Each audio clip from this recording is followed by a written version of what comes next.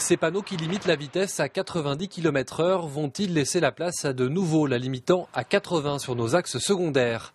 C'est la question que va se poser début novembre le Conseil national de la sécurité routière. En Vendée, l'idée de réduire la vitesse de façon généralisée n'est pas la solution miracle. Pour la prévention routière, il faut aller plus dans le détail.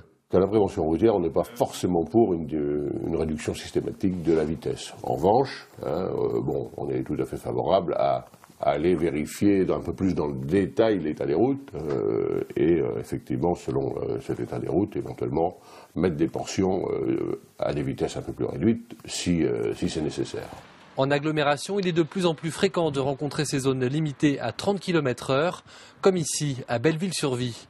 Ces zones 30 se situent en premier lieu devant les écoles, là où nous avons un trafic piéton important lors des heures d'entrée et de sortie des écoles. Et nous l'avons également disposé dans le centre-bourg, où nous avons des parkings et des commerces, et donc des allées et venues des habitants de Belleville entre ces parkings et les commerces. Ces zones sont le plus souvent accompagnées de dodanes qui forcent le conducteur à ralentir. Hors agglomération, comme ici dans ce lieu dit de Pouzauges, de nouveaux aménagements voient régulièrement le jour.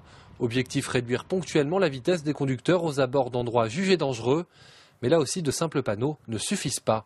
La simple implantation d'un panneau de vitesse sans mesure accompagnatrice n'entraîne pas de changement de la part du comportement de l'usager. Quel genre de mesures accompagnatrices Typiquement de la résine, des aménagements de type îlots centraux, cheminement piétonnier, tout ce qui peut favoriser en fait à l'amélioration de l'environnement.